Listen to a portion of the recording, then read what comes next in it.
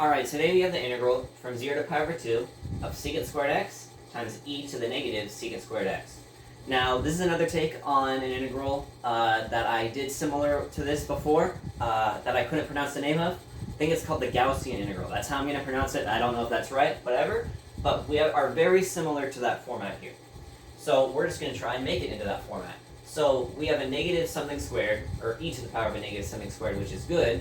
But we have this secant squared here.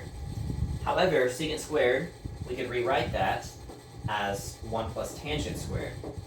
So I'm going to do that here. So we're going to have that secant squared, we're going to have the integral, that's all normal. We're going to leave the negative out front, that will be 1 plus tangent squared of x dx. And I want to get rid of this secant squared.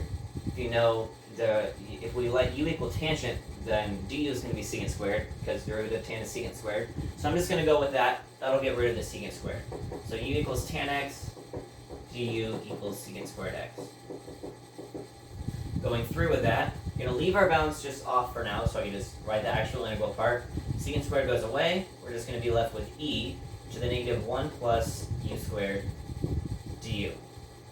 Now, focusing on our bounds, plugging in 0 to tan x, that's just 0. Plugging in pi over 2 to tan x, that's undefined. However, as we approach pi over 2, we're going to get infinity.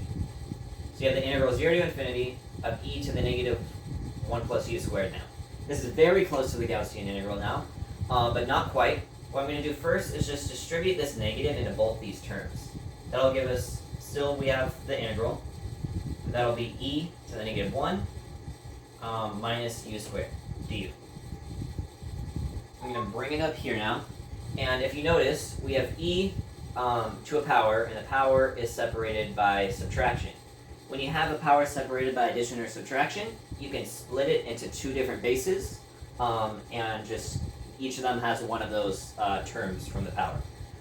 So doing that here, we're still going to have the integral from 0 to infinity, but it's going to be e to the negative 1 times e to the negative u squared du.